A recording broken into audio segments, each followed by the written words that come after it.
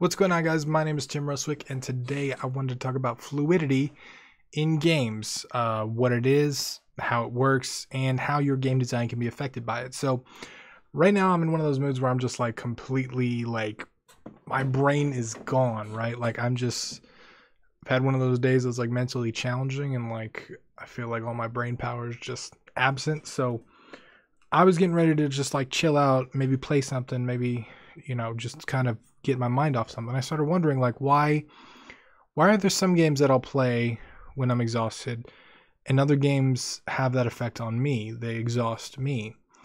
Um and I just was kind of thinking about the fluidity of different games. And I don't know if this is an actual game design concept. I Googled it and I couldn't find much on it.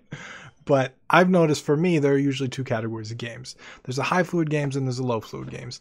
And basically, a game like Portal, well, the way I would define fluidity, first of all, just so you know, is the rate of change over time, how much your game changes per second or per minute, or how rapidly your game changes and throws new things at you. So a game like Portal, for example, has a very low fluidity because it doesn't change. It presents the obstacles, it presents the goal, and you got to figure out how to get past the obstacles to get to the goal.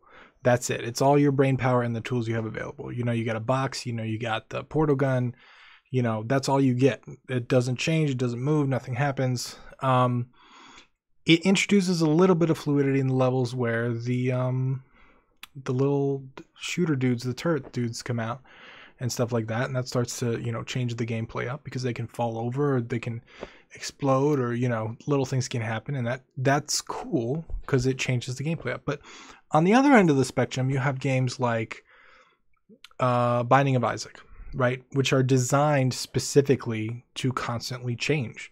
They constantly change on you. Every time you play the game, it's a different experience. And on top of that, in moment to moment, you can discover an item that can completely change the way that you play and the way that you interact with the world. So a game like that has high fluidity. And I find for me that like when I'm exhausted, sometimes it helps to have some things that are predictable, but also have things that I have to be reactive to kind of keep me in. So it's kind of a balance of both is what I'm trying to say. Like that flow state is like the perfect example of what I'm talking about. So for a game like Portal, it requires me to plan all of my moves in succession. Same thing with chess, right? Like I have to think a couple moves ahead. I have to go, okay, if he does this, I'll do this. If he does it, like I have to think way ahead because I know that the basic rules are not going to change. And for me to overcome this obstacle, I really have to understand all of the rules. I have to understand all of the tools that I have at my disposal, all the obstacles that are stopping me, and all of the objectives, right? I have to know all that, and I have to really understand it. And then I plan out my moves, and I can, complete the game that way. Whereas a game like Binding of Isaac, I'm very reactive. Whereas Portal is very proactive. I have to plan. I have to think ahead. Binding of Isaac, I'm constantly reacting to things that I find. I'm reacting to enemies that shoot at me. I'm reacting to things that happen. And those are two different gameplay states, right? Like they're really, I'm not saying that one is bad and one is good. I just think that they require different mental states to play. And because they require different mental states, a lot of times the target audience is completely different. And they would be, right? One's a puzzle game, one's a roguelike. So I think the main thing I'm getting at here is that for me, the greatest games have a good balance of fluidity. They don't change rapidly and crazy and get all insane on me, but they're not just completely static and maintain their, rules. I used to play card games a lot, and one of my favorite games for a long time was Yu-Gi-Oh! I got into Magic, got into Pokemon, but I really liked Yu-Gi-Oh! Because I felt like it was really, really cool. But one of the reasons why I stopped playing Yu-Gi-Oh! Was because with each new set, there was a little bit of power creep. And over a couple sets, you ended up with really high fluid game. So I would take my turn, I'll play my cards, and then my opponent would do this and turn that monster into that monster and grow this guy and then search his deck for this and then double do this and summon this and merge it with this guy and I'd just be like, okay, like that's too much changed in one turn.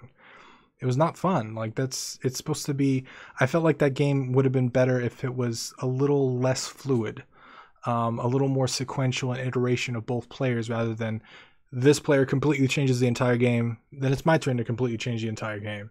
Then he changes the, you know what I mean? So like, I actually think it can be bad if it's done the wrong way, too far in either direction.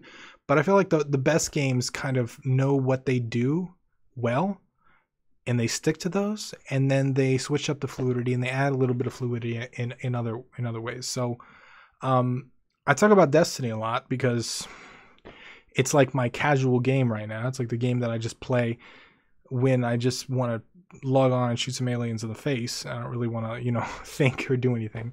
But one of the reasons why I like the game, even though Destiny 2 obviously has its issues, is it's low fluidity in the basic mechanics, right? I know how the shooting's going to work. I know how the aiming's going to work. I know how the skill trees work, the abilities, all that stuff. That's predictable. I can completely predict it. But at the same time, it can have me react in certain ways. It can introduce a new enemy. The way that these guys are going to attack me is going to be a little bit different. I randomly find a world boss in the world that wants to kill me, and he's got a big yellow health bar. There are a lot of different unique ways where I can kind of be reactive. And I think the predictable mechanics mixed with that reactive mindset is kind of the perfect combination to get you in that flow state, get you in that state where you just you can go mindless. You can just like get absorbed in the world. Same is true for movies too. Like I noticed some movies are just really good at pulling you in, and they give you a mix of like storytelling and music or action or whatever. And when you pull off that mix right, the movie really sucks you in, and you just kind of end up in the world. And not a lot of people really think about this, I think. Like for me, I didn't really give thought to how much my game changes over time, how rapidly my game changes. But I feel like it's really, really important, especially like with Phylophobia. Some stuff has to be predictable, right? Like I can't completely change the jumping mechanics in a platformer, like every level. That wouldn't make sense. It'd be high fluidity, right? But that's not necessarily good as far as the design goes. So some things have to be predictable, but there are things that you can change up over time once the player knows what's predictable, once the player understands what's going on. And I feel like if you're going all the way on one spectrum, like you can really double down and have a target audience there and really make something that they love, but it's really hard to do because it's really easy to go overboard.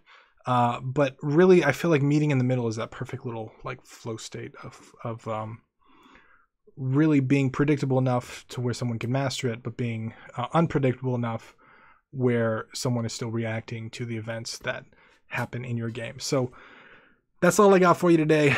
Those are my thoughts, just kind of going through my own head and figuring out why I want to play the games I want to play, when I want to play them. I hope you found it useful. If you did, please leave me a like and a comment down below. If you're new to this channel, I post daily game dev videos, so consider hitting that subscribe button. But what are some of your favorite games, and are they high fluid or low fluid? Are they, what kind of fluidity level do they have? And let me know what kind of games you prefer, what kind of mix you prefer. But once again, my name is Tim Ruswick, and I will see you again tomorrow.